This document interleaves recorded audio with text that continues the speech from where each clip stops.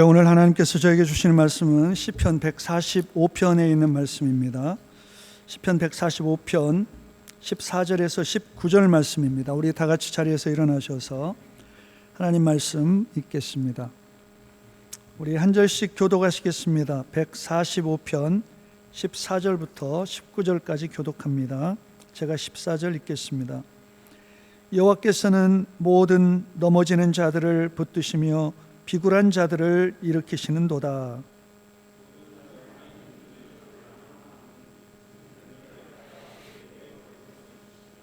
손을 펴사 모든 생물의 소원을 만족하게 하시나이다.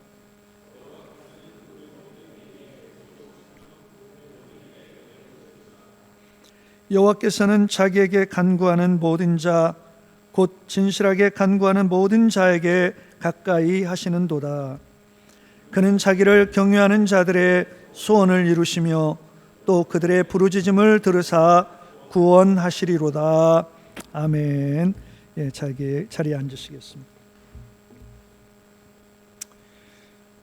여러분은 살아계신 하나님을 어떻게 믿게 되셨습니까? 여러분은 하나님을 만난 경험이 있으실 것입니다. 어떤 분은 하나님의 음성으로 확신되는 하나님의 음성을 듣고 하나님의 살아계심을 경험하신 분이 있을 것입니다. 어떤 분은 절망과 탄식 속에서 하나님의 도움을 구하며 기도하다가 하나님을 만난 분도 있을 것입니다. 하나님을 만난 수많은 사람들의 경험, 하나님을 경험한 사람들의 고백이 담겨져 있는 책이 시편입니다. 시편은 하나님을 만난 인생들의 삶의 경험을 모아놓은 책이라 할 수 있습니다. 그래서 시편을 가까이 하면 꼭 시인이 나와 같은 처지에 있는 것 같고, 꼭 시인이 나의 고백을, 내가 원하는 고백을 드리는 것처럼 느껴질 때가 있습니다. 오늘 시편 145편의 저자 다윗은 자신이 만난, 자신의 경험한, 자신의 인생 속에서 경험했던 하나님을 이렇게 고백합니다. 시편 145편 1절 말씀에 왕이신 나의 하나님, 내 하나님이여 내가 주를 높이고 영원히 주의 이름을 송축하리이다. 자신이 이스라엘의 위대한 왕이었던 다윗, 그는 하나님을 왕으로 고백합니다. 다윗은 왕이라는 단어가 가진 의미를 누구보다도 잘 알았습니다. 왕은 생사를 주관합니다. 왕이 명령하면 죽일 수도 있고 살릴 수도 있고, 왕이 명령하면 신하들은 무조건 복종해요. 이 왕이라는 단어가 가진 의미를 다윗은 잘 알고 있습니다. 자신은 이스라엘을 통치하고 있지만 하나님은 온 우주를 통치하시는 왕이심을 그는 깨닫게 되었고, 자신의 삶에서 자신이 왕이 아니라 살아계신 하나님이 진정한 왕이심을 고백하고 있습니다. 온 세상이 저절로 생겨났다가 저절로 돌아가는 역사가 아니라 세상의 모든 일들이 하나님의 통치 아래서 이루어지고 있다는 사실을 깨닫게 된 것입니다. 다윗은 왕의 자리에서 내려와서 하나님을 왕으로 섬기는 자의 행복한 삶을 우리에게 노래하고 있습니다.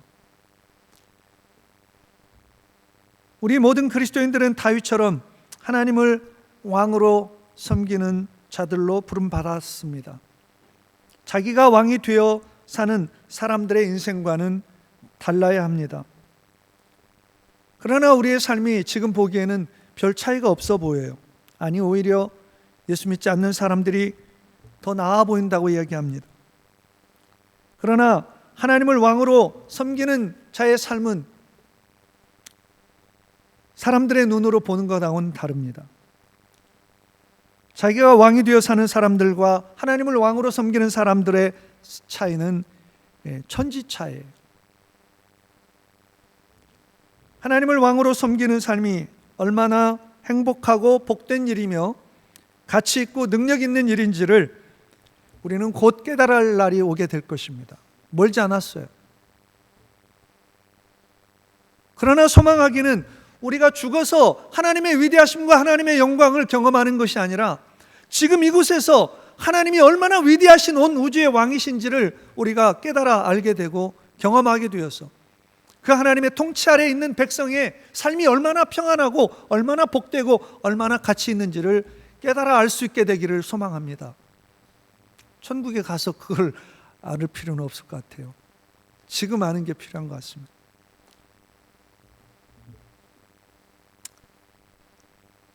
다윗이 하나님을 왕으로 고백하면서 누렸던 그 복된 삶,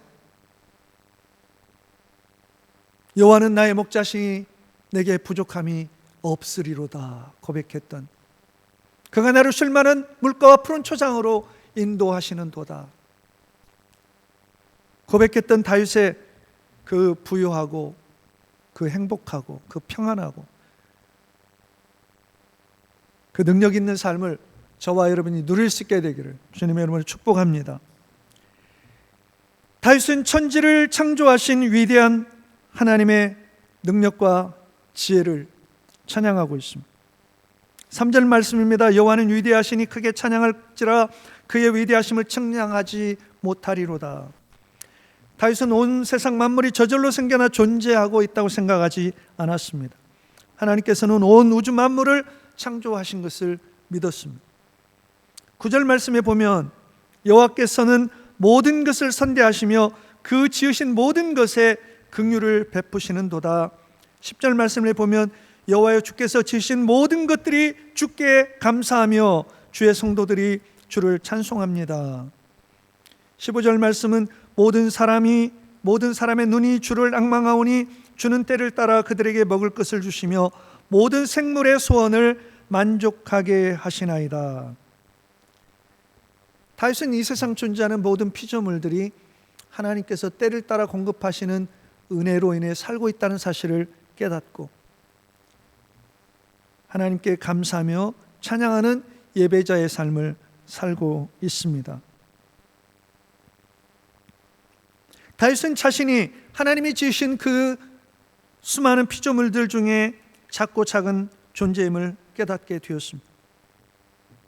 그러나 그렇게 작고 작은 자신에게도 하늘에서 마치 자기에게만 태양빛을 비춰주시는 것처럼, 마치 자신을 위해서 비를 내려주시는 것처럼 하나님이 모든 밭에 곡식이 자라게 하시고 들풀이 자라게 하셔서 모든 들 짐승들을 먹이시며 모든 바다와 그 가운데 있는 피조물들을 먹이시며 생존케 하시는 하나님의 위대하심, 지혜와 능력을 깨닫고 찬양하고 있습니다. 그러한 위대하신 하나님의 사랑과 은혜가 나같이 작은 자에게 임하고 있다는 사실을 깨닫고 있습니다. 그래서 날마다 감격하며 하나님 앞에 찬양과 감사로 예배의 삶을 올려드리게 되었습니다. 다윗은 온 우주를 창조하시고 통치하시는 위대한 왕이신 그 하나님의 성품을 인하여 찬양합니다. 그 크고 놀라우신 능력을 가지신 분이 폭군처럼 그저 마음대로 그냥 화가 나면 다 쓸어버리고 그저 폭군처럼 세상을 통치하시는 것이 아니라 사랑과 자비와 긍휼과 섬김으로 세상을 통치하시는 은혜로우신 성품의 하나님이심을 경험하고 그 하나님의 선하신 성품으로 인하여 하나님을 높이고 그 앞에 예배하는 삶을 살고 있는 것입니다. 8절 말씀, 여호와는 은혜로우시며 긍휼이 많으시며 노하기를 더디하시며 인자하심이 크시도다. 다윗이 경험한 하나님의 성품입니다. 인간이 표현할 수 있는 언어를 총동원하여 하나님의 은혜로우신 성품을 묘사하지만 다 표현할 길이 없는 것이죠.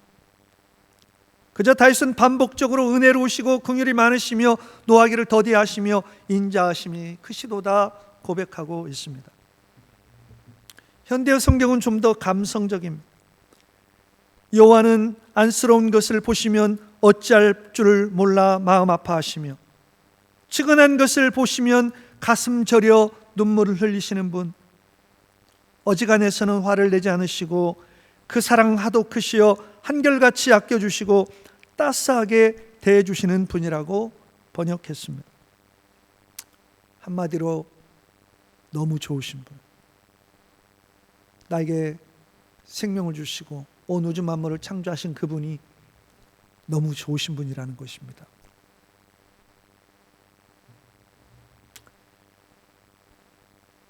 오늘 사실은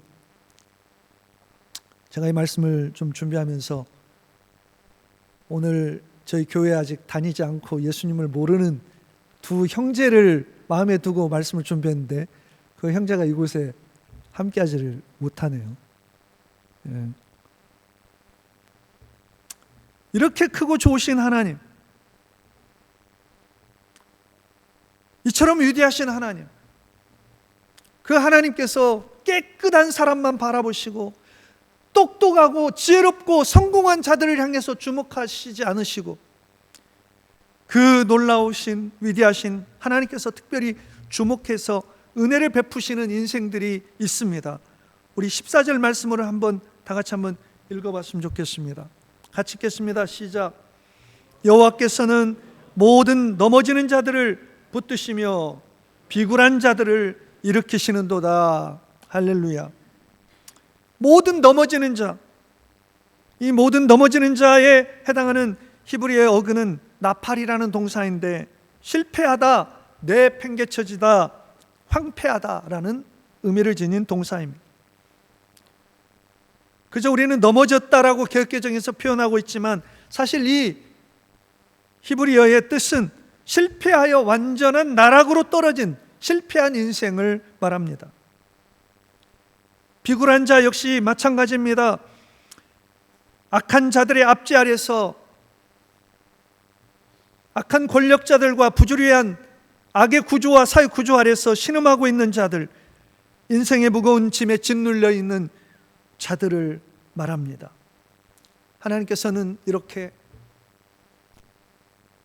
실패한 인생들에게도 그리고 인생의 무거운 짐에 짓눌려 신음하고 있는 자들에게도 사랑과 은혜를 베푸시는 분이십니다.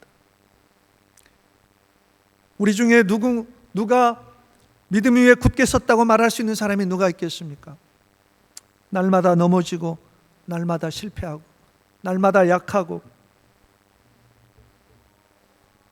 정말 어떤 때는 정말 스스로 아무 가치도 없는 하나님이 왜 나 같은 자를 사랑하실까? 하나님이 나 같은 쓰레기 같은 인생을 사랑하실까? 그렇게 느껴질 때도 얼마나 많습니까? 팍팍한 삶의 현실 때문에 숨이 턱턱 막히는 우리의 인생길에 얼마나 우리가 답답하고 힘들 때가 많습니다. 정말 다른 사람들은 잘도 살아가는데 우리의 인생은 왜 이렇게 힘든지 낙심되고 절망해서 무너질 때가 얼마나 많습니까? 하나님께서는 그런 연약하고 무능하고 낙심하고 절망하는 영혼들을 향하여 그들의 영혼을, 무너진 영혼들을 붙들어 일으켜 세우시는 분이라고 말씀하십니다. 하나님께서 붙들어 주시지 않았다면, 일으켜 주시지 않았다면 우리가 오늘 여기까지 올 수도 없었을 것입니다. 이렇게 크고 위대하신 왕이신 하나님, 은혜와 사랑으로 가득하신 하나님을 어떻게 더 가까이 할 수 있고, 이런 좋은 하나님을 어떻게 만날 수 있고, 이런 하나님과 어떻게 더 깊은 사귐에 우리가 이룰 수 있을까요? 우리 죄인들에게 복된 소식이 예수 그리스도의 십자가의 죽으심과 부활이라면 예수 그리스도를 구주로 믿는 모든 그리스도인들에게 복음은 기도하는 특권이라고 생각합니다. 우리에게 기도할 수 있는 은혜를 주신 것이죠. 하나님께 가까이 하고자 하는 자, 하나님을 찾고자 하는 자, 하나님의 뜻을 분별하고자 하는 자, 하나님의 능력과 지혜를 힘입기를 원하는 자, 기도할 수 있도록 기도의 은혜의 길을 우리에게 열어주셨습니다. 18절 19절 말씀을 우리 다 같이 한 목소리로 한번 읽어보겠습니다. 여호와께서는 자기에게 간구하는 모든 자, 곧 진실하게 간구하는 모든 자에게 가까이 하시는도다. 그는 자기를 경외하는 자들의 소원을 이루시며 또 그들의 부르짖음을 들으사 구원하시리로다. 하나님께 나와 도움을 요청하는 자들의 기도를 하나님은 외면하지 않으십니다. 진실로 하나님의 이름을 구하며 하나님의 도움을 구하며 요청하며 하나님 앞에 나아가는 자들을 가까이 해주신다 말씀하십니다. 여러분, 하나님과 좀 친밀해지고 싶으십니까? 하나님이 낯선 분처럼 여겨지지 않고 하나님이 정말 친밀한 친구처럼 그런 하나님을 날마다 누리며 살기를 원하십니까? 여호와를 경외하는 자들에게 여호와의 친밀하심이 함께 하신다고 하셨고, 오늘 본 말씀에 자기를 찾는 모든 자에게 가까이 하신다 말씀하십니다. 가까이 오셔서 그들의 신음소리에 귀를 기울여 주시고 그들의 탄식 소리에 귀를 기울여 주시고 그들의 깊은 고뇌하는 마음을 어루만져 주시고 그 아픈 마음의 상처들을 싸매어 주시는 분이 우리 하나님이십니다. 단 한 가지 조건이 있습니다. 하나님을 하나님으로 인정하는 경외하는 마음과 거짓 없는 진실한 마음으로 하나님 앞에 기도하는 자를 하나님께서는 들어 응답하시고 그들을 구원해 주시겠다 말씀하십니다. 사랑하는 성도 여러분, 성도에게 기도는 모든 에너지, 영적 에너지의 근원임을 알고 있습니다. 우리는 기도가 우리 신앙생활에서 얼마나 생명줄과 같은 것인지를 잘 알고 있습니다. 우리는 기도가 무한한 지혜와 능력의 근원이신 하나님과 연합되는 길임을 알고 있고, 우리는 기도를 통하여 하늘의 능력과 지혜를 땅에 살면서 하늘의 지혜와 능력을 다운로드 받는 삶임을 알고 있습니다. 기도는 우리 믿음의 삶의, 영적 삶의 유일한 에너지입니다. 기도는 성도들의 만능 열쇠이며 만병통치약입니다. 성경을 잘 읽어보시면 기도는 만능 열쇠예요. 모든 것을 가능하게 해주는 것이 기도입니다. 우리는 너무나 많은 한계를 가지고 있는 자들이지만 기도는 그 한계를 초월하게 해주는 만능 열쇠입니다. 그런데 그 기도를 우리가 하지 않기 때문에 아무것도 못하는, 그 기도가 없기 때문에, 에너지가 없기 때문에 주님을 위해서는 아무것도 할 수 없는 영적인 무기력자가 되고 마는 것입니다. 그러나 우리에게 기도만 시작할 수 있다면, 그 어떤 인생이라 하더라도, 그 어떤 환경 가운데 있다 할지라도 우리가 기도만 시작할 수 있다면 우리에게는 소망이 있어요. 이 공동체가 기도하는 사람만 있다면 이 공동체에게는 소망이 있는 것이죠. 누가 기도를 시작하셔서 이 공동체의 소망의 불을 일으키시렵니까? 어떤 좋은 환경에서도 기도 없이는 아무것도 이룰 수 없지만, 어떤 악조건 속에서도 기도하면 모든 것을 이룰 수 있습니다. 지금 수많은 교회와 그리스도인들은 병이 들었습니다. 기도 없이 신앙생활을 하기 때문에 그렇죠. 많은 그리스도인들이 너무나 분주합니다. 기도할 시간이 없어요. 세상에 악하지 않은 너무나 좋은 것들이 우리를 너무나 유혹하고 있습니다. 우리는 병들어 있습니다. 우리는 나약하고 무기력하게 신앙생활하고 있습니다. 우리는 영적으로 파산한 자들인지 모릅니다. 기도하기 좋은 계절, 하나님 앞에서 우리 인생을 돌아보기 좋은 계절입니다. 무너지고 실패하고 황폐케 된 우리의 인생들을 소생쳐 기도를 통하여 소생케 하시는 하나님 앞에 나갈 수 있게 되기를 바랍니다. 우리 무기력해진 우리 영혼들에게 새 힘을 주실 것입니다. 우리 마음의 소원을 이루어 주실 것입니다. 우리의 부르짖음을 반드시 들으셔서 우리를 이 불경건한 삶 가운데서 구원해 주실 것입니다. 기도는 이론이 아닙니다. 아무리 바빠도 기도할 시간을 정하셔야 되고 확보해야 됩니다. 우리는 좀 생각을 바꿔야 될 필요가 있습니다. 토요일 아침만이라도 내가 일주일 내내 피곤하고 지쳤는데 토요일 아침만이라도 좀 부족한 잠을 보충하자는 생각을 하기가 쉽지만은 이 생각을 좀 바꿨으면 좋겠어요. 내가 토요일 아침만이라도, 토요일 새벽만이라도 깨워야 되겠다. 일주일 내내 기도할 수 없는 우리의 형편, 영적으로 약해서 기도할 수 없을 때 우리 예배 중에 같이 찬양 후에 기도하는 이 시간이 너무나 소중합니다. 이 짧은 인생, 이 짧은 기도가 우리의 인생 전체를 바꿀 수가 있거든요. 우리 한 주간의 삶을 바꿀 수가 있거든요.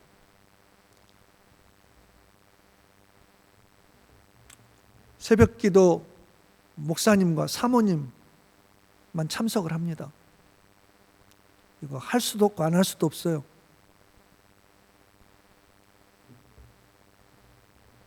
우리 기도하기 좋은 계절, 사랑하는 성도 여러분, 새벽에 우리 이곳에 모이지도 못하고 줌으로 모입니다. 그래서 제대로 기도하기가 어려워요. 그 시간이라도 우리가 지켰으면 좋겠어요.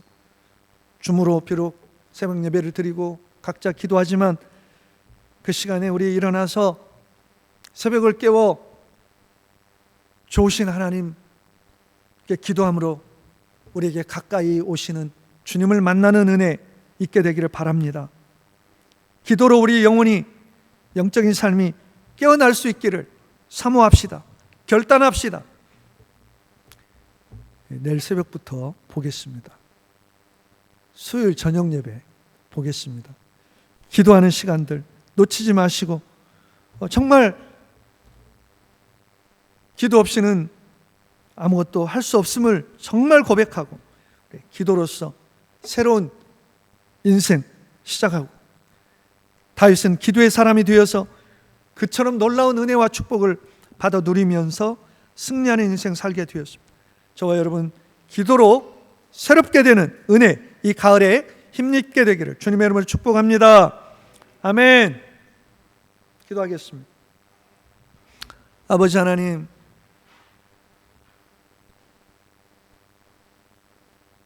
저희 영혼의 메마름을 아십니다.